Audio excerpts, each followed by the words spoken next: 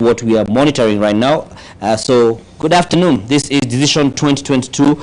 I am Dan Mwangi. Indeed, thanks Dan, and I'm Zainab Ismail. Of course, we have our reporters camped at the Bomas of Kenya. We had the voice of Frederick Muitiriri. We also do have our senior reporters Leila Mohammed and Kennedy Mureithi right outside and inside the Bomas of Kenya. Will be giving us a very timely update on exactly what is happening. We do understand that this declaration was meant to take place this afternoon, either between 3 p.m. and 4 p.m. So any moment from now, we will be hearing from the Iebc commissioners and specifically the Presidential Returning Officer Wafula Chebukati on that final decision. Remember, it has been quite a number of days, and the commission has certainly been camped at the Bomas of Kenya for the last few days in a tense and vigorous exercise of the results, verifying those Forms 34A and Forms 34B, which essentially brings us to the results and finally the declaration of who has actually won the votes cast. And just looking back at the Constitution of Kenya in terms of the procedure at a presidential election, this is Article 138 of the Constitution. Now, Article 138, Section 5. Let me just begin with the Section 3 of Article 138. Presidential election, all persons registered as voters for the purposes of parliamentary elections are entitled to vote. The poll shall take place and shall be taken by secret ballot on the day specified, and this was, as we saw on Tuesday, the 9th of August, at the time, in the places, in the manner prescribed under an Act of Parliament. And after counting the votes in the polling stations, the Iebc shall tally and verify the count and declare the results. Then a candidate shall be declared elected as president if the candidate receives more than half of the votes cast in the election and at least 25% of the votes cast in each of more than half of the counties. So what happens if that hasn't happened? According to the Constitution, Chapter 138, Section 5, if no candidate is elected, a fresh election shall be held within 30 days after the previous election, and in that fresh election, the only candidate shall be the candidate who received the greatest number of votes and the candidate who received the second greatest number of votes. Then, if more than one candidate receives the greatest number of votes, in Clause 5B, shall not apply to the only candidates in the fresh election, shall be contemplated in Clause 5. And Dan, I think the Constitution spells out how that is meant to happen, and I think we have a sort of a bit of a clear picture of where we are so far in terms of we've finished, the votes were cast, the results were verified, and finally Mr. Wafula Chebukati has that result in a Form 34C. So it will be interesting to see what happens in the next few minutes. Yes, and as we speak, the UDA presidential candidate, that's William Samoei Ruto, has already arrived at the Bomas of Kenya, and alongside his family and other leaders from the UDA team. From the pictures we've seen, that includes the Nairobi Governor-elect, that's Johnson Sakaja, who's there with him, as well as other people. But this afternoon, time nowadays is going so weirdly based on how our cycle of time right now in regards to the past number of days. Sometimes you're not too sure that it's morning or afternoon. But now it's this afternoon. We're not in studio alone. We are joined by Arnold Maliba and Achieng Osogo. Welcome to our set, guys. It's a big day for Kenya. It's a big day for Kenya. The anticipation, the expectations, the hopes of many. It comes down to this. Yes, it comes down to this. So by the time we are going to bed tonight, we shall know who the fifth president. That is if there is no, say, runoff. Right. That is, there's no runoff. We should, in an ideal case, as we said, ideally, we should know who the next president of the Republic of Kenya is. Arnold, what are your initial thoughts at how things are going so far? I think we've gone through we've wiled through the motions quite well. As a country, we really showed up quite effectively and in the way that any other person would have expected. Of course, a little bit of there was the worry about voter turnout, but the voter turned out to actually be not what we saw. So probably after this, we need to talk about Iebc having become efficient, because there were no long queues the way we are used to, and those push and pull. Then when the numbers come in, of course, we realize that we did 65 and above. That is closer to 2/3. Ordinarily, even that number alone could form very long queues. So Iebc also will need to tell us the efficiency, how they injected inefficiency. We were worried they wouldn't do their work well. We've done that. So far, there has not been a major incident. All over, we've kept calm. And I think that up to this point, it is important that we continue, we celebrate or move to the next stage peacefully, because our life has to continue. We have got children who are going back to school. We still have got life to live going forward. And we have got a nation to take care of as we get going. Because you've repeatedly been told, elections is just one day. We still have, a country to build, life to go back to. But I mean, that in no way to negate that, but it also feels like just in that one day, there's a lot. It's a one-day event whose process is longer than one day and is very intense. Acheng, don't you agree?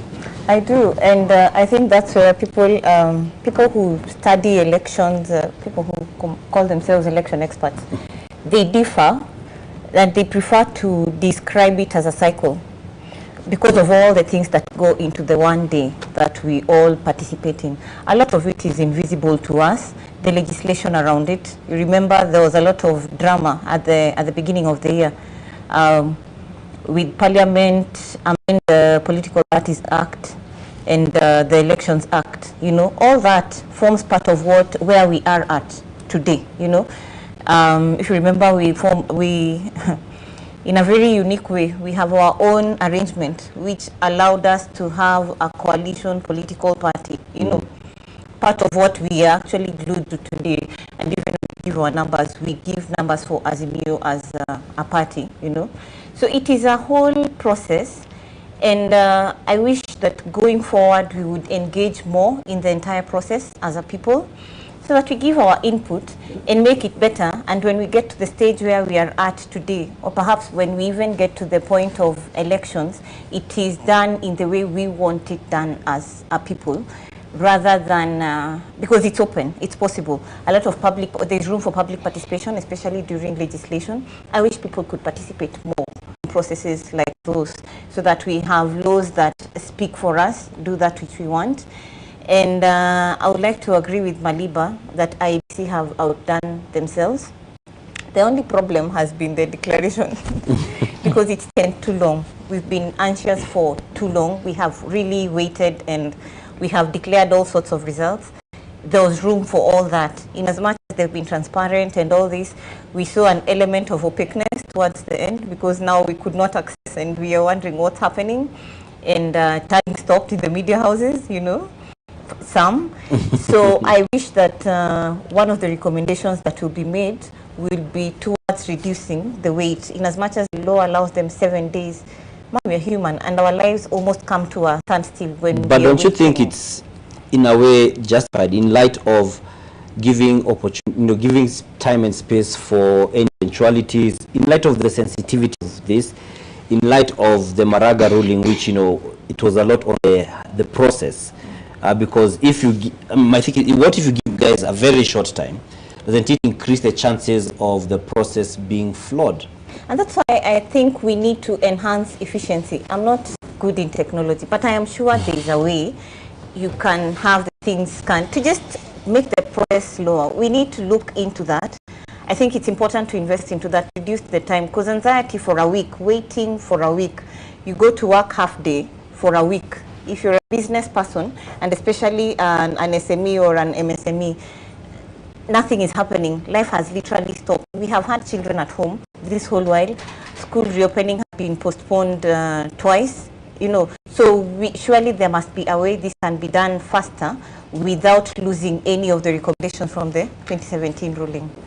Arnold, I mean, a major issue that we've seen emerge in this election is certainly the use of social media and the prevalence of manipulation, fake news, disinformation, hate speech, and even right up until this point, when you go to social media, of course, there's diverse opinions across the board from, especially those aligned to the political classes. What do you see from this? I mean, are we able to read through the lines when it comes to, the right information and that is spread on social media?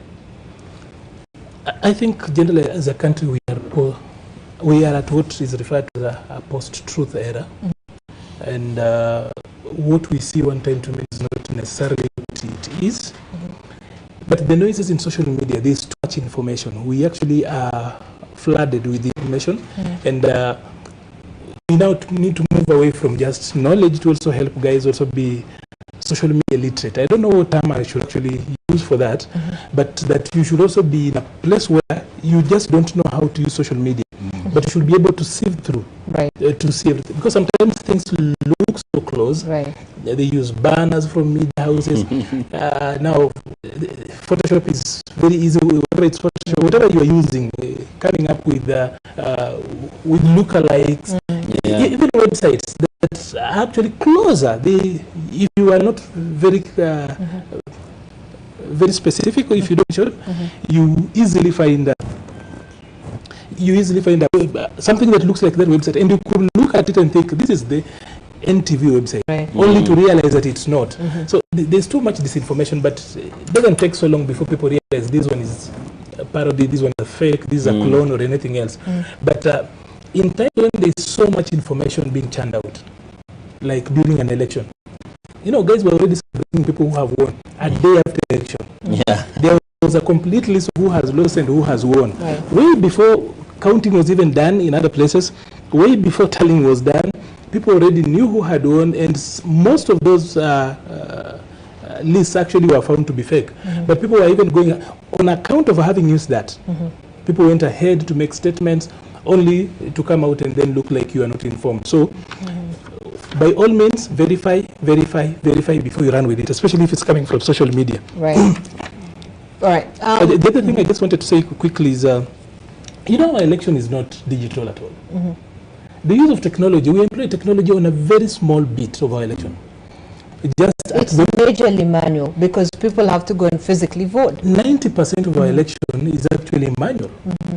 With just voter identification, of course, you can actually include voter registration because it's part and parcel of the election. So the registration, and identification, and transmission of the results. Transmission, we can actually even bring it by a chopper. And that reminds me, do you know that if we were to do elections in all constituencies and used choppers to bring the results to Nairobi, that's like 290 million. I can tell you it will still be cheaper than what we are already paying. Our elections is so expensive that even if you used a chopper to lift results from every ward, 1450 of them, that is just 1.5 billion. It's still much higher than the billions we use in these elections. Right. There's just something so wrong with what we call this, with the systems we are putting in place and everything else to do elections. But it's a trust issue. Yeah, it's a trust issue. Kenyans, we are deficient of trust. So the trust deficiency comes in at a place where even the system that we've put in place, we now, do we want the Holy Spirit now to be taking care of these issues that we called an angel, and the angel is the one who transmitted the results. Because from my recommendation. So what exactly do we need to do? So the technology bit of it, Acheng was talking about the efficiency and everything else. We need to simplify this thing. We have over-legislated the elections. We have got a very expensive and cumbersome electoral framework around the elections. Because do you not appreciate the fact that, we've come from extremely highly contested elections, and that is why we find ourselves legislating the elections to this extent? No, you see, human error is actually very common, right? Even machine does errors, So we can count ballots here. If this was actually a polling station, we count our votes here. And if by mistake one ballot is actually held together with the other, even if we discover that after we have filled the form, we cannot change. We can't change. You know, and we are the ones who've actually made that. So it's too difficult. We have heavily legislated this thing. We've come up with a very complex and expensive legal framework around elections. So in and of itself brings us here. We were waiting for the results at 3. It's been moved to 4. Right. We've been waiting for the last 7 days. Of course, now we make jokes. The good thing with this country is that we make jokes out of everything. We've made jokes about Chebukati. Initially, we wanted to know what kind of mafuta yeye hujipaka. Kwa kichwa. Yeah, and at some point guys were asking, why is he not changing the clothes called the wife? And then okay, we realize he's very sober. I said, this one looks like it's a strategy. Everything. Now we've gone all round, we are back to this. So that humor, by the way, reminds me of Chinua Achebe's work. When he takes the first person in the story, he writes, he has got the capacity to laugh at himself. He do stupid things and still laugh at himself. So when you look at it, you find a character that is actually messing up, still being able to point out that they know they are messing up, and they laugh at themselves. And somehow it just goes down, throws the whole thing. Right. Yeah. I think even as we continue with the conversation, those are live pictures coming to us from the Bomas of Kenya. Inside the ocean, you can see the tight security deployed there. I cannot count, but those are quite a high number of police officers manning the area. On one side, the pictures, I think these are international observers seated on one. Actually, well, we have a mix of diplomats. Right. Sorry, Zainab. The far left we have. You can see better than I. Much as I'm older, right? To the left we have Meg Whitman, who's just the new U.S. ambassador to Kenya. Next to her we have the UK High Commissioner to Kenya. So we are seeing a number of diplomats there. It's a very high-end event, as you would imagine. But yes, there are observers, international observers, who are allowed in. So I mean, Kenya is such a strategic country in regards to its placement, its influence, name it, and so even the international community is really watching watching how right now, what we may say, the most powerful man, Chebukati, is going to do. Oh, he really is, and all eyes are on suddenly Mr. Wafula Chebukati, talking about the importance of Kenya globally. But let's look at it regionally. I mean, Kenya has been seen to be of a healthy democracy and beacon of stability in this whole region, at least East and Central Africa. Now, looking at where Kenya stands in terms of its space in the region, I'll begin with you, Achieng. Why is this election so important to ensure that it is a pivotal point and a subject of you can go back and say Kenya held its elections in the most democratic way, sort of like an example to the rest of the states surrounding this region? I think, like you said, we are a hub and we host quite a number of headquarters. And when people have problems, we go in and try to help address, and to retain that moral authority, to retain that lead. We have to appear to be getting things right ourselves. Recently, we had the DRC join the EAC. DRC joined EAC. Yes. It's rhyming. You are already joining EACC. So, and we know the issues had, even with between themselves and Rwanda. We know sometimes there are issues. Well, I am at the risk of being on the wrong side with Ugandans, and we send delegations, to try and intervene, to try and talk to them. The role Kalonzo Musyoka played in Sudan. So we must stay above, we must appear to be above, we must appear to be getting things right ourselves. And you have seen messages from Tanzania. Tanzanians are perhaps, in terms of politics, we keep saying they are more mature than we are, but you have also seen them admire how we do things, despite our thinking that they are ahead of us.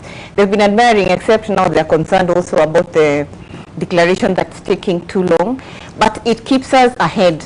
Kenya, for example, is also the hub of election observers, the EHON, and you saw election observer missions from all of Africa come to observe this particular election, and they did it as Africans amongst them. We did it as Africans, like Ndinyoro likes to say we are Africans and Africa is our business. On this election, we actually seemed to be saying, we seemed to want to really have the world know that. And I happened to interact with the person who was heading the West African delegation, and he was so excited, and he said that this must definitely be repeated in the Nigerian elections of next year. You know, let's have Africa, because we understand ourselves, we understand how we do things. Kenya has shown the way. We have led yet again. Let us copy-paste this into the Nigerian election. So I think it is important because we lead, we put ourselves out there, we are trying to, we have moved now. We are not like our peers, we're not, in terms of economics. We are now middle income. We are ahead of our peers, you know. So as we continue to try and take lead in every sphere, be it politically, economically, socially, it is important that we are ahead. Okay. Yeah. And looking at President Uhuru Kenyatta, I mean, he leaves, you know, a huge space, and whoever will come in and fit into that position will certainly need to master how President Uhuru Kenyatta has managed to you know, engage himself and Kenya in this region. You know, you can say President Uhuru has been quite, you know, a master of soft power, and his popularity, you know, you know, I have had him, you know, called that, you know, master of soft power. You know, his popularity certainly with our neighbors. With our neighbors. Not internally. Well, I'm talking about in this East African community. You know, he's tried, you know, in his second term, especially, in his trying to build relationships among the countries around, you know, Kenya. Looking at that, is a person who's going to fit into these shoes able to continue with that legacy? You know, the reason why I laughed when you said a master of soft power. President Uhuru Kenyatta has been a master of soft power. I wasn't so sure until you clarified that it's with our neighbors, because internally, you know, President Uhuru is this particular parent who's very hard on his kids but very soft on the neighborhood kids. You know, the neighborhood kids would actually call him a king, a good man, but at home, is actually a very hard one on his own children. But to be fair, but you do agree that, you know, at a time where there was no semblance of, you know, integration within the East African community, and it appeared that things were collapsing at that point, it was him who, after all these years of squabbles, sort of brought those partners together. Yeah, that's no lie. He actually has worked very well at international level. You remember at some point he actually was even appointed the global champion for youth, and even at the African level I think he was chairing something to do with the youth. If there's anything the president, I know this is not the time to actually talk about his scorecard, but I know that one of those things, because I have worked with and for young people for most of my adult life. And I would actually tell you that if there is anything that he left unattended was the youth work. The way he dealt with the youth issue, for the last 10 years, he just dropped. Even Kibaki, a much older man than him, did much for the youth of this country than him. I would actually go into details and justify that. That one is actually on my head because I've been in that sector for the last like 15 years. But that said, at international level, he's worked very well at EAC. Even if some neighbors sometimes behaved, really had bad manners, he had the calmness of mind to reach out to a phone and call them. He's tried to actually ensure that some of those applications to join EAC that were pending, he really pushed that we bring them on board. At the continental level, he actually is a very cool guy. Very, very cool guy. As in, on the continental level, these guys are missing out a cool kid. Who go out there and knows how to engage those guys very, very well. Let's also remember that he started off bullishly, especially with the international world, the community, especially with the ICC at that particular time when they came in at first. Once he actually ensured that ICC was no longer an issue, he actually then changed tact. That our foreign affairs docket has actually been a very good tip of the spear on how we've actually engaged. For us, I think the biggest army we have as a country is foreign affairs. Our relations, that is how we know how to fight our battles, whether it is territorial, whether it is trade, whether it is just our place among the League of Nations. Our foreign affairs is one of those docket that is uncelebrated, yet that is the bulldozer of how we engage with our neighbors. So on that, the president gets it well. Is anyone else really going to fit into? Are they able to cut out? It's easy. We actually have got one of the best foreign affairs teams. The foreign affairs ministry has got some of the sharpest minds you can actually find, not just on the continent, but globally. That you can actually just check and see how we actually rated. From the current PAs to the former minister, we have got the minister for sports currently, who is a very good diplomat. That we've done very well. That's how we actually have managed. For example, the United Nations office in Nairobi, for example, is the continental headquarters for Africa. Habitat, UN Habitat, is actually the global headquarters for that particular agency. So we've managed to keep some of these agencies locally here, and literally everybody coming to Nairobi and putting up a small headquarters and then running to do production elsewhere, because now industrial-wise, then when it comes to industrialization, then we've lost out to other neighbors because the cost of production around here has actually gone higher. So you bring a continental headquarters office in Upper Hill, but the factory is in Addis, probably in Dodoma or in Uganda, but then the real office, the headquarters, is actually in Nairobi, just with the 4 people. So we lose out on the other things on that particular end. The president did have so big shoes that no one can fit. That's what I'm trying to say. That the Ministry of Foreign Affairs... But at the end of it all, the winner doesn't have a choice. He must continue at least what the region expects, and some sort of continuity and stability. The technocrats in foreign affairs actually know how to do their work, but most times those are the people who literally prime the guy who comes to office. This is how we relate with these guys, this is our experience, this is what we know, and this is how we move on. So I don't think anyone will struggle to fill into that, especially if our focus is about charming, to charm our neighbors and everything else. I don't know, but if whoever comes in is actually interested in just working on local issues, again, we might not need that so much. But the truth is that since we do a lot of exporting, and our influence around our neighbors is just about how we actually get to move by, I think it's necessary. Also, I don't think that there's anything he's done miraculously beyond what Iebc did. Actually, do you think Uhuru Kenyatta has, I mean, aside from, there's a lot of, like we said, the country has a deficiency of trust generally. And it's also, there's a significant of it that is in the government and the systems. But when we just look at it from through an objective lens, what do you feel that Uhuru Kenyatta has done for this country, that by the time he's handing over to either of the 2 gentlemen who's going to be announced anytime now, ideally, what do you think will be some of the things that an objective eye would say this is a solid thing he did for Kenya? I think one would be infrastructural development, which we have seen. He took it from Kibaki and ran with it. I think that's something we will give him. We will forever remember him for. And what I love best about the expressway, for example, is not just the road itself, but what it does to the mind of Kenyans. We never imagined it possible. We never imagined a road would actually be run over the other if you have not been out of this country. It never seemed possible. And so anytime you get into an argument, a discussion, the line Key Expressway, sneaks into a conversation. So it's opened us up to possibilities.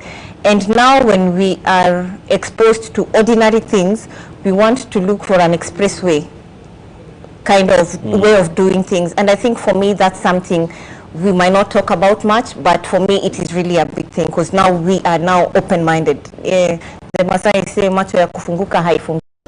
I don't know if it is. I have to confirm that. Once you have seen, you cannot unsee, Right. Maybe learning you can unlearn, but once you've seen, you cannot unsee. Right. I think that's a big plus for him.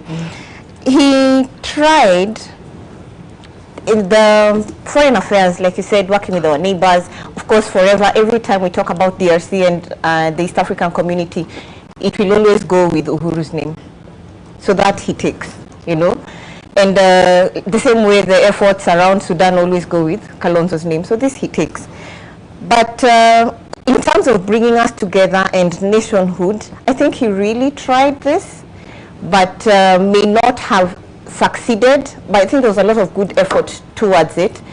I remember in his first term, he didn't visit Kisumu, for example. But in his second term with the handshake, it became a possibility, and he demystified how the Luo community looks at and experiences the Kikuyu community. He humanized Kikuyus in the eyes of the Luos.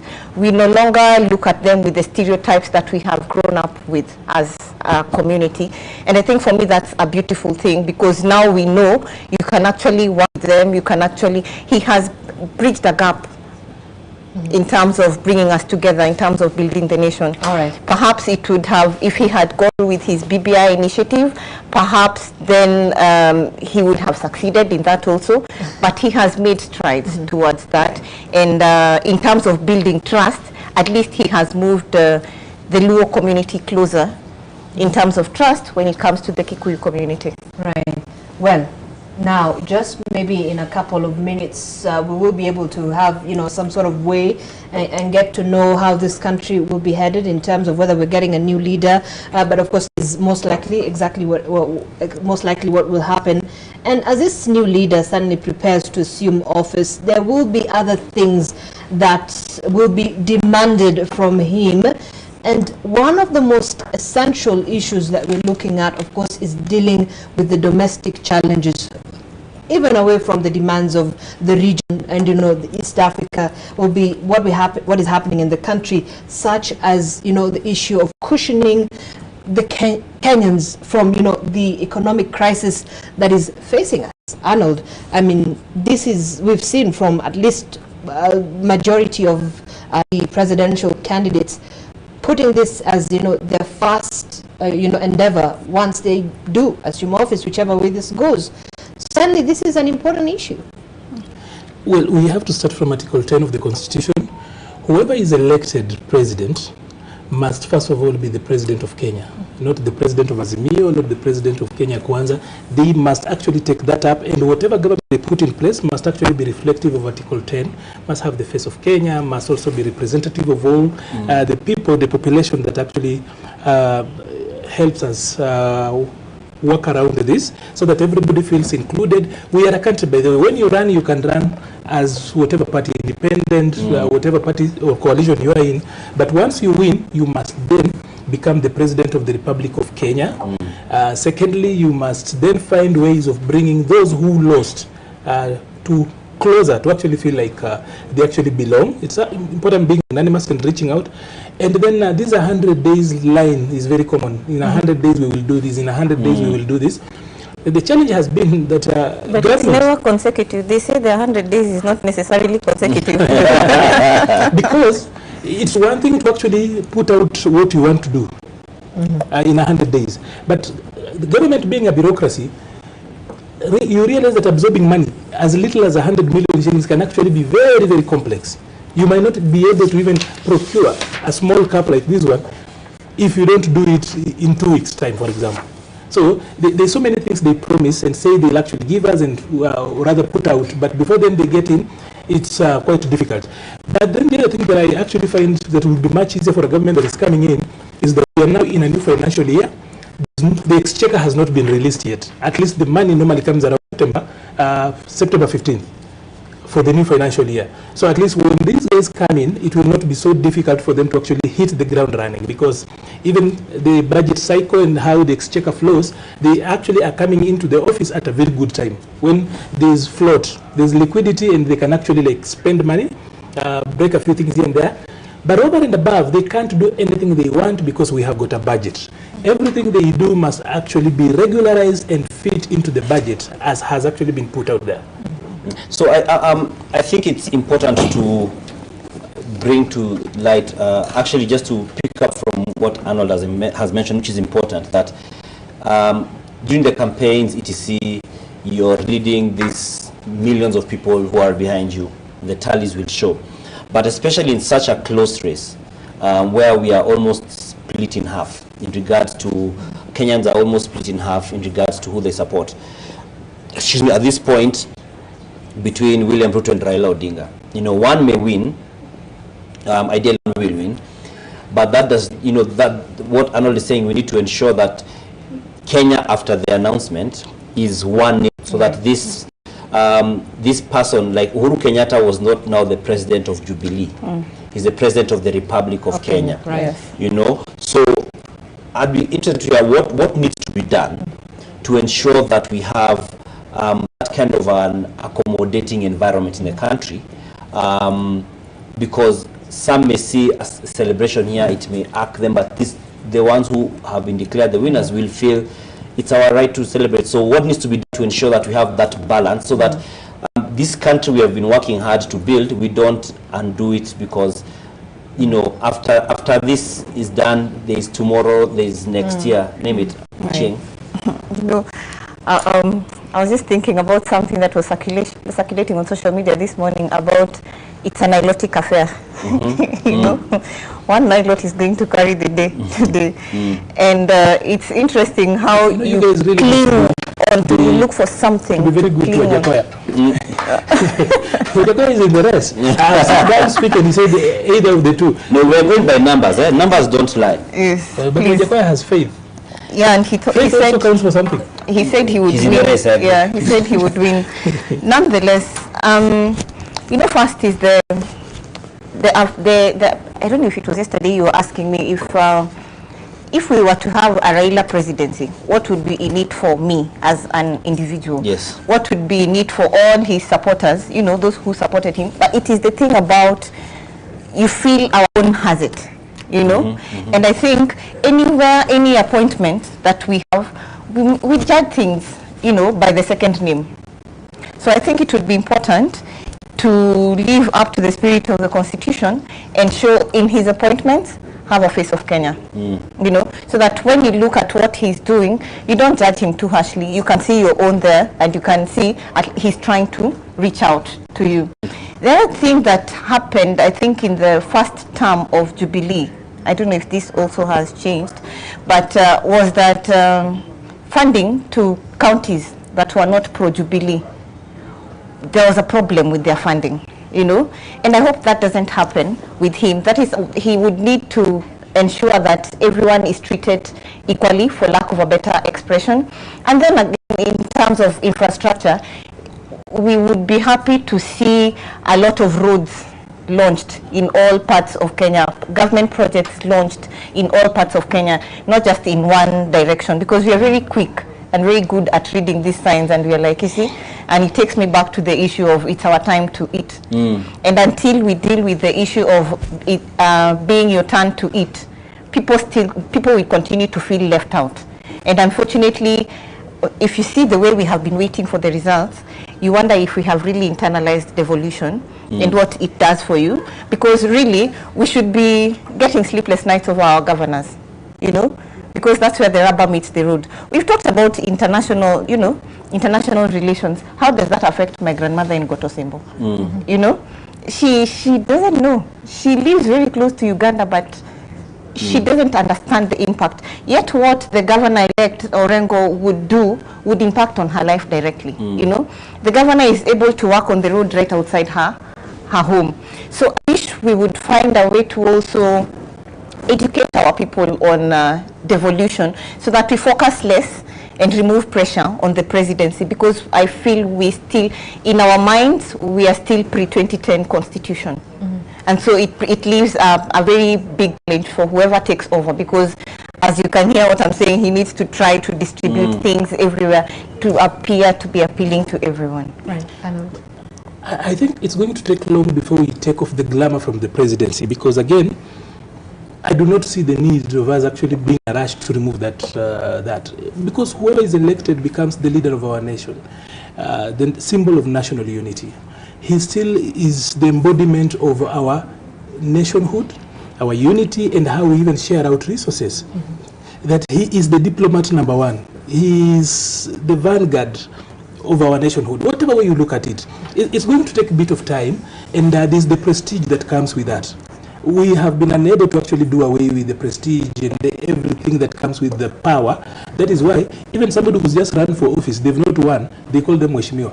When we know too well how you become a honorable member. No, but it's because of the process. It's such a long, painful process, and you go through a lot So in the hands of the title like a woye. to acknowledge. If you went to med school, for example, and did graduate, we can't call you daktari. And there is just a very clear way on how you become Mheshimiwa, how you become His Excellency, how you become Senator. Actually, a number of people on their own campaign material will call themselves honorable. Yes, You'll I see know. honorable Arnold Maliba. So they still, Even doctor. Yeah. there's still a way. We still have to go. So that is going to be there for some time. We don't have to feel bad about it. We don't have to feel bad. But what we just need to do is that continuously make the process of getting to power very transparent, very open, so that over time then people can actually go to sleep knowing that their votes are safe and will be counted, or at least those votes will be counted.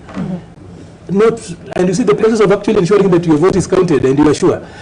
When it's counted and it doesn't turn out the way you want, you still feel sad. The anxiety that the nation is facing today has nothing to do with their vote being stolen, but it's about, will my vote count?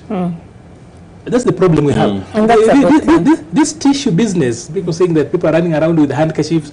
I was actually waiting for Philip Kise, the former councillor, to be here. He told me he'd buy me a ton of handkerchiefs because We'll have to ask. yeah, so I mean, right. So the anxiety has nothing to do with if their votes have been stolen or not. It's about, will my vote count? We put so much premium on the candidates we vote for. Okay. I think we're just getting live pictures there. Dan, you know, you have better eyesight than I do, but I can see an entourage of perhaps, I believe it is... It must be some high-end official. We have already seen earlier on William Ruto arrived. We're trying to monitor to see who this entourage belongs to, who's there. But a few, like a minute or so ago, we had seen William Ruto's son getting into the auditorium, being received by the team from Kenya Kwanza. We also have, of course, the Roots Party candidate George Lushiri Wajakoya, who had already arrived. David Waiga? Yes, he arrived alongside. Both of them are alongside their running mates. And I think for Wajakoya, it's interesting because he and his running mate towards, around the time we're going into the election, they seem to have a subtle fallout. So it's interesting to see them together. So let's see how that plays out in regards to after the elections, because some pronouncements may not be made before the elections, just because of the different dynamics. But aside from that, we'll see whether we'll get any more information on how that has gone. And Wajakoya, I mean, like Acheng has said, he's and I think also Arnold saying that he has said that he believes he's winning. That is his faith, that is his pronouncement, his conviction, or just his pronouncement. It's very hard to tell of someone's conviction. But we can tell his pronouncement, that's what he has said. So far the numbers are not speaking the same language, but that notwithstanding, wait to see whether he will throw his weight behind any of the two gentlemen. Like what we saw, yesterday. Higa Mwaure Wahiga, who said that he supports the deputy president. Arnold, do you know that vehicle? Arnold seems to... This vehicle at the back, it's written Deep State. This Land Cruiser. But we'll have to, touch base with our team there on ground just to get a better understanding of exactly who has arrived at the Bomas of Kenya. These are live pictures then from inside the Bomas of Kenya, the amphitheater where everybody is seated. There are sections for every single group of people. One, of course, for the candidates, one side for the family and relatives and close friends of the candidates. On one other side, you have, politicians affiliated to the different candidates also set to sit on one particular side. We've seen a couple of leaders actually there already seated. It's quite, I believe, quite, settled at the Bomas of Kenya. And then just going back to in the country, and you can say that perhaps that this election has sort of set the bar quite high for emerging democracies in this continent, looking at how seamless it has been. I mean, to a point where the Electoral Commission posts the results on a website and says, look, any member of the public who cares to check and wants to tally the results, you can just go there, log on to the Iebc website and check out the results. And we've seen, some, settled, peaceful election throughout. Yes, Arnold. I think Kenya's commitment in the OGP, among the 5 commitments they took, one of them being the open elections, really for me, this is one commitment that we actually have pushed. We worked on the open data bit of it. It's out there. It's working well. We still are struggling with open government entirely. There are still segments where, but largely when it comes to procurement, we put everything out there. You can check who's what. Beneficial ownership is out there. You can check who owns what and who's doing what. On election, I think IBC have outdone themselves, gone out there. Everybody else who actually has got a question, you go to. So days when results will be amended, like where students can actually, some of us have gone to colleges where you are told, it's not whether you are right or wrong on, when you're doing this exam, but you will have to convince me as as your lecturer that you deserve this mark. Sometimes people will actually negotiate votes outside of our voting process. That people can sit behind some window and decide this is what so-and-so gets. IBC has decided that that will not be the case. You cast your vote, we put it there. If you have got the capacity, count it. We go further from 34 A's, which is 46,000 of them. You collect 292, including prisons and then the diaspora. Those are 292 constituencies now. And then from 292, then we have largely, if anyone has cared to follow this, you would actually suspect where this is headed. Right. You might not be exactly exact with the numbers, but you could see where it's going. Because if it is not in the Form 34As, it doesn't find its way in the Form 34Bs, and therefore will not find its way to Form 34C. All right. So that's how it is. Okay. That the results as declared at the polling station are final. Right. Sorry, let me just interrupt you a bit. On your screen, I believe that is William Ruto's mother? Grandmother? Mother. This is his mother. She's made her way to the Bomas of Kenya as well. I mean, it's possibly just a sign of confidence on the part of the UDA candidates team and family. And you also saw yesterday when he had there was a church service at Karen. His mom was also there alongside family members. So they're not we can see we can see more people getting to the auditorium, and so the family members are coming in as as much as they're coming in. The person who Kenyans are now very keen on seeing is Wafula Chebukati, who's meant to make that greatly awaited announcement, so that Kenyans can know where we go from here. So yes, there you see her. She's been helped to go down the stairs, so she's also made her way into the auditorium. And let's wait and see. I mean, it's a potentially proud moment for her as a mother. Right. But anyway, we can commentate on that after the results are out, so we do not get into any premature conversation. We're talking about the issue of evolution of democracy, and democracies take time to reach where they reach, especially those who've seen most mature democracies across the globe. At the end of the day, can we say confidently that with what we've witnessed in this election and the level of openness that has come out from the poll commission, that Kenya has crossed that age in the evolution of its electoral democracy? I think it's a continuous journey for us, and I keep making comparison in my mind with the Ugandan system in terms of how IEBC, for example, performed there. I remember the media in Uganda asking why they were not able to tell which constituencies had sent in results. And the Chebukati for there said, You know, in a presidential election, we only have one constituency. You know, so you begin to understand and appreciate how far we have come as a country, because we are able to see where numbers are coming from, and because you also have your 34A, you're able to make, and 34Bs, you're able to make comparisons. So in terms of strides on elections, I think we have done well, and it can only get better. But in terms of democracy, I think a lot still needs to be done, because we still coalesce around tribes.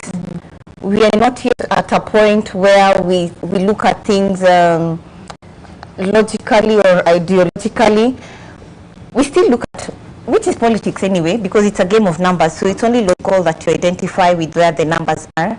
But it seems to take more precedence over anything else. And for me, that's the concern. This is not a Kenya, it's not unique to Kenya. Globally, it happens, and I remember a few years ago, Belgium had a problem. They stayed without government for, I think, over 200 days. And it was because they have three, if you're Kenyan, you would say 3 tribes. They have the German speakers, the French speakers, and the other one, I don't know the name. And I remember they were making fun. People tried to bring back the Iranian story, I think. I think Iran also had a similar situation, either Iran or Iraq. And every time you bring that, I think either Iran or Iraq did 188 days. So every time we brought that, they would be taken to Belgium. So if even where we borrowed democracy from, if those countries whom we hail, whom we look up to for guidance when it comes to matters democracy, still vote along tribal lines, I think we have a long way to go in terms of just shaping our politics and our democracy, especially because for us the ideology is the same. We are not yet developed to a point of being, you know, having a variety of ideologies. We are all just social democrats with different names, as Arnold said yesterday. If you look at the manifestos, what is number 3 for this one is number 1 for this other one, but it is the same. Some sort of convergence when it comes to the ideas they have. But we have come a long way, and it's a beautiful story. I just pray for a day we get to this Tanzanian space where it doesn't matter. They do not look at each other in terms of tribes. They look at each other in terms of the party. You align to an ideology actually in terms of a party. And I think that we perhaps need to study them more than study the West.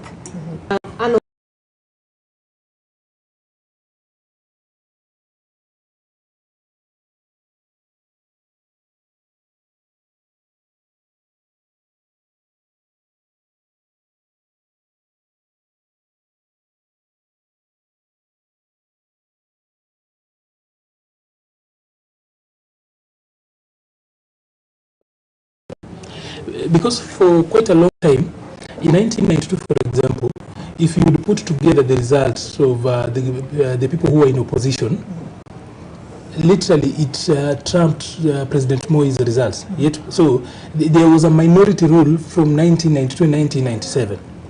And then, of course, we found that in 2007, we found that there was a return to that. So that, you know, when it's a minority rule, it lacks legitimacy. So to ensure that whoever ascends to power deliberately goes out to ensure that they reach out to the rest of the country. Because there were times when people wouldn't care to bring in other people. So you just put together a coalition of 2 or 3 tribes, so long as you work out and ensure that on the other side, people will not, the others can be running. So you can just concentrate on a section of the nation where you engage, get your votes, and then proceed to rule over the rest of the country. Completely removed from how they think and how they are doing. So, number 1, for legitimacy. Number 2, to ensure that we strengthen Enterprise Kenya. Because this project called Enterprise Kenya, still has got a lot of things to be worked on. To socialize us, to ensure that, you know, for the longest time, we are a country, yes. We are a country, we are a republic, but has really not morphed into a nation. So to build nationhood, that whereas we are a country, you can call us a republic if you like, we really had not morphed into a nation. Because you'll still hear about the Luo nation, the Luo nation, Kenya as a nation, we hadn't really gelled into one. Right. So to ensure that political parties, and the same requirement, the same is actually required of political parties, that before you are registered as a party, you must get at least 1,000 members in at least 24 counties. Right. Besides the many other requirements, so that we do not have some parochial political parties that are narrow. At least when we are registering a political party, you cannot register a regional party. That no longer works. It actually was removed, so that we force everybody, whoever, because whatever political party is registered has got potential of taking over this country. No one knew that TNA would one day rule over this country. Until the other day, UDA, a party that was first registered by Raphael Tuju as a POA, then rebranded, taken up by some different people. Tuju ran on it as president. Now, that particular party that was started by Raphael Tuju to run for president on as POA, now could easily become that particular party that rules over this country. ODM, the same way. Of course, Azimio is now the umbrella, but when ODM started off, some few young people thought the referendum, the yes and no referendum was running, and they thought this name sounds cool. Why can't we go and register it? So even the political class had to do catch up, to reach out to those young people and tell them, hey guys, we wanted to register this name, but you guys have already registered it. Now, can we take it from you? Right. A little bit of ingenuousness. Now, so nowadays when you, before people bring out a cliche or a term they think would easily be a movement, people have to register it first, secure it before they come out. Because the lessons learned from ODM were so political parties are required to do the same. So the threshold in Article 138 is very, very important to ensure that we strengthen nationhood. People go out of their way deliberately. If you're going to rise to the republic, then you must involve as many people as possible. So that over time this becomes normal. But then when we started off with, we started advocacy around youth inclusion. Initially it was tokenistic, you go around, you just ensure, after you've done everything, you say, we don't have youth and women here. Nowadays it's been socialized that you're not going to have a sitting on public engagement or anything without having all the groups on the table. So you have a youth, you have got a woman. In most cases, if it's a national level, you have to bring in persons with disability, the minorities, and the marginalized. So the 5 SIGs, special interest groups, must be on the table anytime you're doing anything. So, but then that sometimes didn't work in the past. If you think like Acheng here is disturbing me when I come here on the show. Every day I say this, she disturbs me. So when I become the leader of this particular show, I'm going to give you an example. So when I become the leader of this show, or this particular panel, she will never be called here again. So to ensure that we balance out and have everybody coming in, that's why those requirements are there, so that we strengthen the union that is the republic. Right. Yeah. And I think that's going to be a huge task for whoever comes in. The strengthening of, bringing us together, gelling us together, because in the past elections, we have still gone, the past 2 elections, we have gone with the same requirements, yet the sense of inclusion has not been there. So there must be something more to be done to give a sense of being a part of the nation, as he says, the Mulembe nation, the Luo nation. We need to increasingly begin to work towards, breaking it, for lack of a better word, so that even if there is a Mulembe nation, part of the Mulembe nation is on this side, the other part is on this side, so it's not an issue, It would be a very good thing if the nations did not vote as a bloc. And I think for me that's one thing that perhaps Uhuru has helped achieve, that without, not by design, I don't know if it was by design, but the fact that I love that the Kikuyus, we saw a significant increase in the votes that Raila got from the mounting. And yes, Ruto got the block he got. I think for me that's a beautiful thing, because both sides had Kikuyus as running mates. And I hate that I'm talking about tribes again. Had Kikuyus as running mates, but it sort of begins to demystify it, So now we know that you can go against a kingpin, So the other nations will probably follow suit going forward. Luyas have been very good at that. They never follow a kingpin. they just go their way. Now Kikuyus have joined in. Hopefully the other nations will also follow suit and have their own, you know. But essentially at the end of it all, divisions. this you know, stringent winning margin that the Constitution has set, of course, is just to ensure that the country produces, you know, national leaders and agendas, sort of a culture of alliance across the entire nation. So then we don't have to speak, you know, 5-10 years down the lane, we don't have to speak about, you know, the Mount Kenya. We don't have to speak, the coastal people on one hand, you have the Mulembe people on the other hand. At the end of the day, we're just speaking about Kenyans, and we're just speaking about that. The people on this other part of the country, and then there are guys on this other side, and don't have to be tribal. But also at the very end of it, after this declaration, and from what we've seen across the country in terms of the other elective positions, the other important work that will come after this, and you know, with the country, of course, salvaging itself from you know quite a dark past and dented past, it rests on now, you know, the courts. Perhaps for those who feel aggrieved, and we've seen a number of, you know, those who are seeking positions who felt aggrieved, you know, the next course of action for me is to go to the courts. So let me begin with you, Achieng, on this. I mean, when we're looking at the courts, has it been able to, you know, set itself, you know, in that position where we can be able to get to that level of, you know, democracy we're looking at? You know, it's interesting that parties, if you interacted with them closely before the election, you would get a sense that everybody was gathering evidence.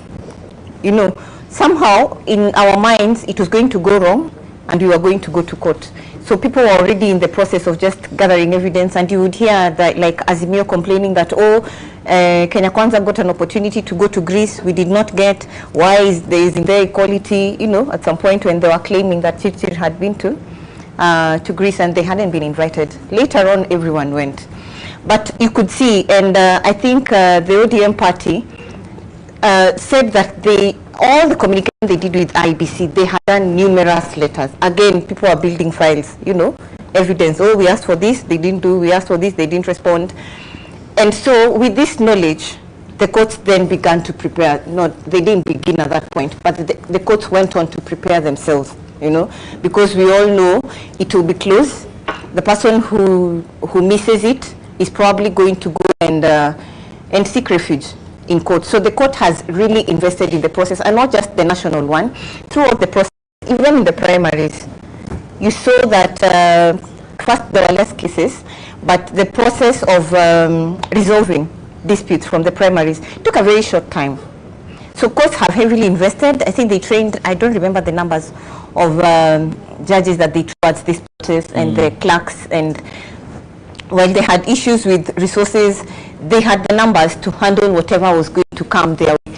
So it's going to be, they will deliver in good time, and I think they're very well prepared. They've had, every time they do training, and the other thing about transparency, again, that I love about the judiciary is that they have really embraced it. You know, they're all over social media. They make sure we know that which they are doing. I think also towards just building our confidence, because they know this day is coming, right? You know, so they have, and they have done very well before, and have even ruled against the executive, something we never imagined possible. Whether or not the executive has respected is another story, but they have ruled against the executive before. So a lot of confidence has also been built in the judiciary, which is a good thing, so that, because whoever goes to the court tomorrow will know that whatever decision the judiciary makes will be a fair one, and their followers will not have issues with that decision, because we have a history to lean on. And then now they also have the funds have been operationalized, so they have a sense of independence, you know, actual independence. Forget about the one you told you're independent but you don't have resources. Now they have actual independence, so there will be no claims of State House freezing funds, State House doing 1, 2, 3. So now they're totally independent, and it was important that that was done before presidential petitions are done, just to enhance confidence. And remember, all this, I think all our lessons come from 2007. Nobody wants us to go back there. Nobody wants us to even get halfway to where we went. Even 2017. That jurisprudence has actually grown over time.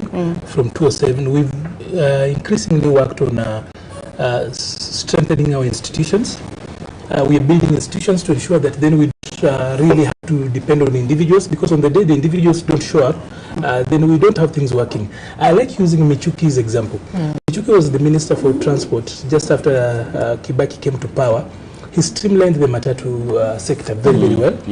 Of course, there is a guy who came in after he was transferred, and he said, I also run matatus, and I'm not going to actually be so hard on the matatu sector. And somehow we relapsed into the old bad manners. But somehow a lot of the progress that has been made in the transport sector was pushed by an individual. And by the way, when he came in, he never passed any new law. Those regulations and laws already were in existence. It was just not being implemented. So we've grown our institutions, but over and above, you must remember one thing, that Americans, old American once said that the price of liberty or democracy is eternal vigilance. You know, is this to say that in some cases we have individuals who are bigger than systems? Like if it's Michuki? When we actually have to depend on personalities, then in their absence, because people are not forever, people are not eternal, people are not perpetual, you cannot succeed yourself like an institution. But you know, Kenya has been there since I think when did these guys start this enterprise? They didn't discover us. So, well, the other day I actually was in New York and I thought, why have I not discovered Manhattan as an island? And actually named it my village where I come from. I say that this is Nabunulu Island. I didn't do that. so that's saying that we have grown our institutions, but I actually was talking about the Constitution 2010.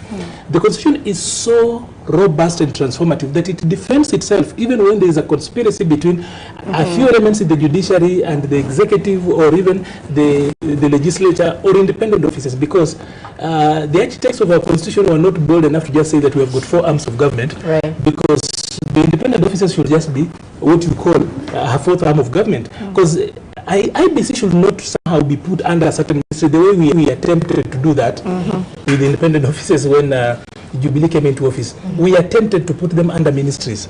So that's why in other jurisdictions they insist that independent officers are an armament on their own. So the Constitution has defended itself.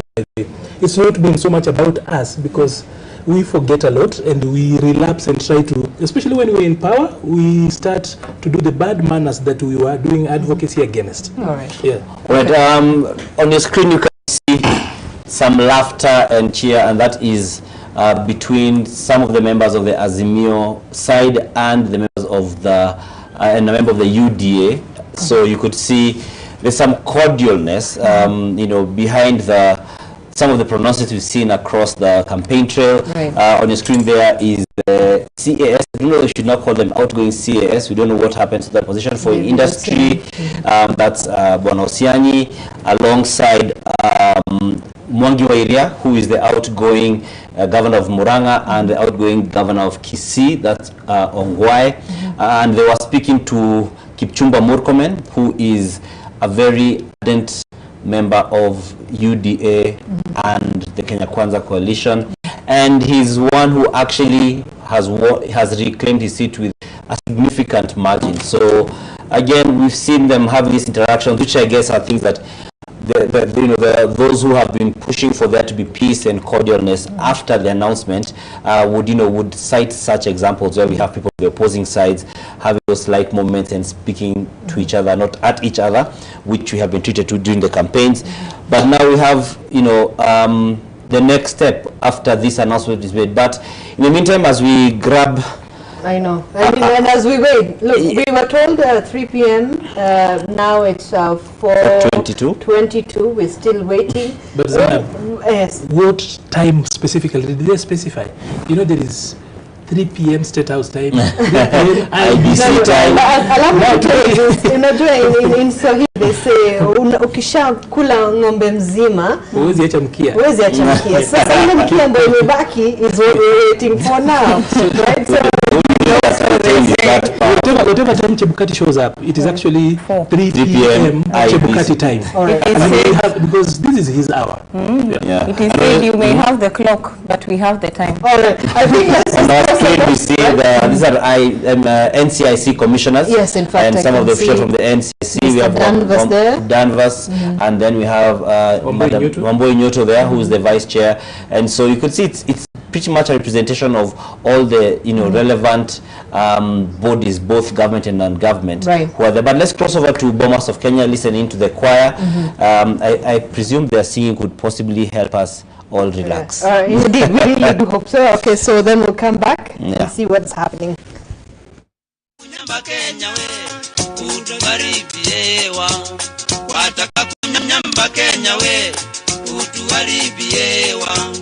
Harufu yako twaijua hata ukipanda ndege, harufu yako twaijua tu hata ukipanda ndege.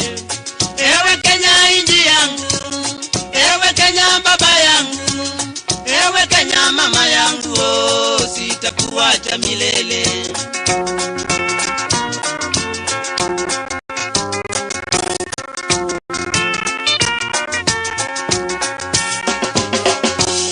Kenya yangu usijali ukitukanwa na jirani, Kenya yangu usijali ukitukanwa na jirani. Yeye anaona wivu kwa vile umeendelea, yeye anaona wivu kwa vile umeendelea. Anakuita nyang'au, amekuita mnyonyaji, anakuita nyang'au, amekuita mnyonyaji. Naye yazidi kuporomoka, wacha yeye yaporomoke. Naye yazidi kuporomoka, wacha yeye yaporomoke.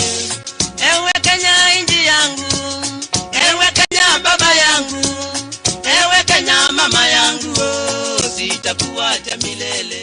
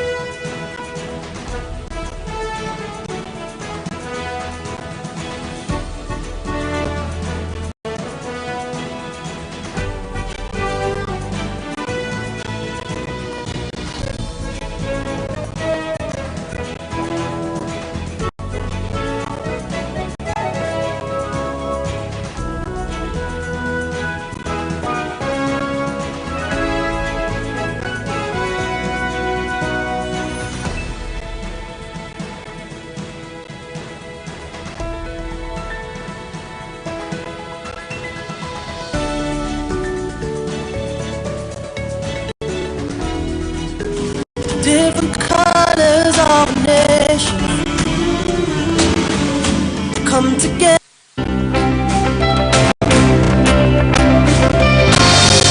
I hear a whisper in the wind. All the people wamekuita mnyonyaji.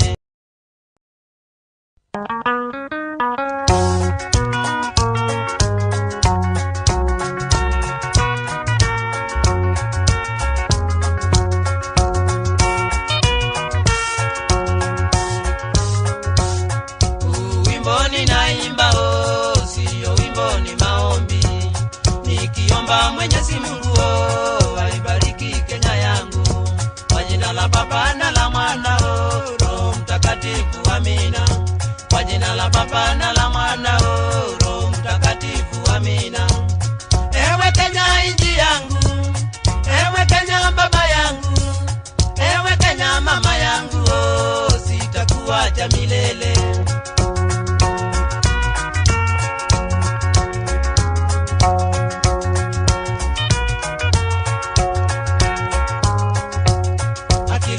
Nguvu zangu nimeziweka mbele yako, bibi yangu na watoto nimewaweka mbele yako. Tabu zangu shida zangu ziangalie Kenya yangu, tabu zangu shida zangu ziangalie Kenya yangu. Ewe Kenya nchi yangu, ewe Kenya baba yangu, ewe Kenya mama yangu, sitakuacha milele.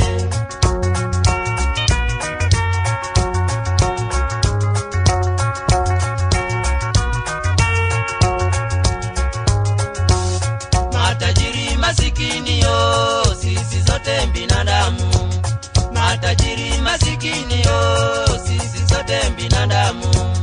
Tusahau majivuno na tuache kupayuka, tusahau majivuno na tuache kupayuka. Utajiri majivuno sio tikiti ya mbinguni, utajiri majivuno sio tikiti ya mbinguni. Bahati yako ni ya leo, ile ya kesho ndiyo yangu. Bahati yako ni ya leo, ile ya kesho ndiyo yangu. Ewe Kenya nchi yangu, ewe Kenya baba yangu, ewe Kenya mama yangu, sitakuacha milele.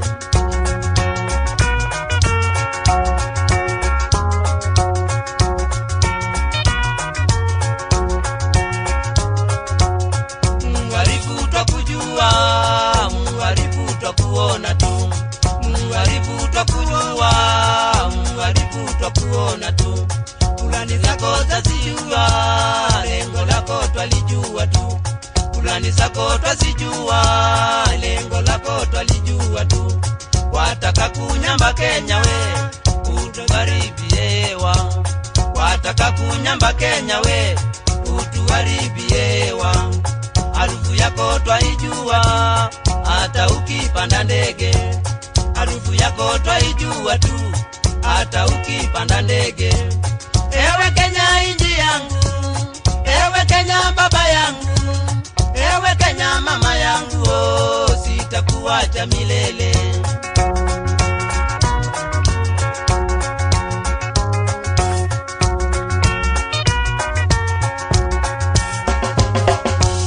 Kenya yangu usijali ukitukanwa na jirani, Kenya yangu usijali ukitukanwa na jirani. Poromoke naye yazidi kuporomoka, wacha yeye yaporomoke.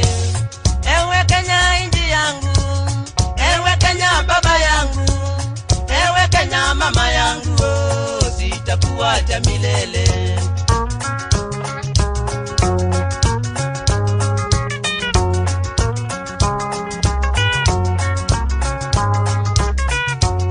Kenya we ni baba yangu, Kenya we ni baba yangu, Kenya we ni mama yangu, Kenya we ni mama yangu.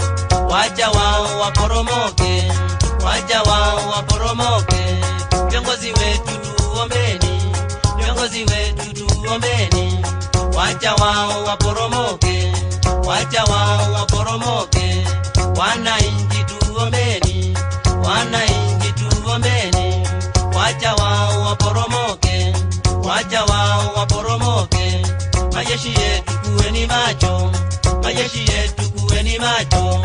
wacha wao waporomoke, wacha wao waporomoke, wacha wao waporomoke, wacha wao waporomoke, wacha wao waporomoke.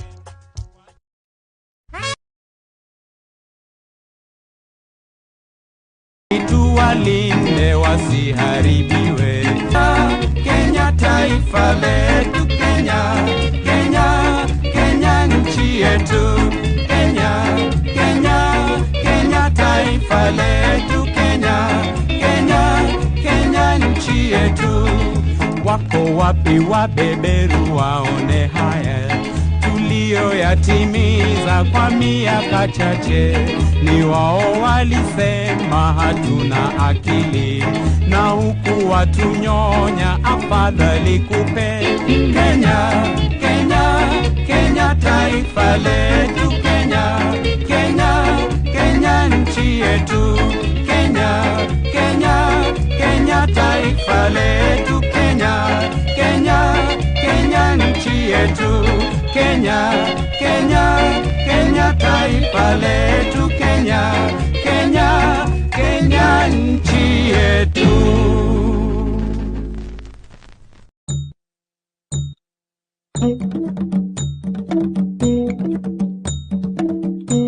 Tushangilie Kenya taifa letu tukufu, Kenya tunayoipenda, Kenya nchi tunayoipenda. Twajivunia sana tukijiita wa Kenya, nchi yenye baraka, Kenya nchi yenye baraka. Tumekomboa Kenya taifa letu tukufu, tumebadili mwendo, tutalinda katiba mpya. Anayependa Kenya ni yule mwenye kutenda haki kwa watu wote, mtu mwenye kutenda haki. Na ukipenda Kenya ujitengane na mambo yenye kuvunja amani. Hatutaki matata Kenya, wenye nchi Kenya kipenzi chetu, hatutaiacha milele daima. Wenye nchi Kenya kipenzi chetu, hatutaiacha milele daima. Kenya kipenzi chetu, nchi yenye upendo, hatutaacha Kenya daima na milele. Kenya kipenzi chetu, hatutaiacha milele daima. Wenye nchi Kenya kipenzi chetu, hatutaiacha milele daima. na nikienda nje sitasahau Kenya, na nitabaki Mkenya daima na milele. Kenya kipenzi chetu, hatutaiacha milele daima. Wenye nchi Kenya kipenzi, na tumeapa sote wenye nchi ya Kenya kutumikia Kenya daima na milele. Kenya kipenzi chetu, hatutaiacha milele daima. Wenye nchi Kenya kipenzi chetu, hatutaiacha milele daima. sitaiacha Kenya nchi yangu, Mimi ni mwenye Kenya daima. umoja wetu Kenya tudumishe. Mimi ni mwenye Kenya daima. Sitadanganywa kamwe na porojo Mimi ni mwenye Kenya daima. zenye kuleta chuki kati yetu. Mimi ni mwenye Kenya daima. Nitatetea haki za Wakenya, Mimi ni mwenye Kenya daima. wala sitakubali ukabila. Mimi ni mwenye Kenya daima. Sitaharibu mali ya wengine,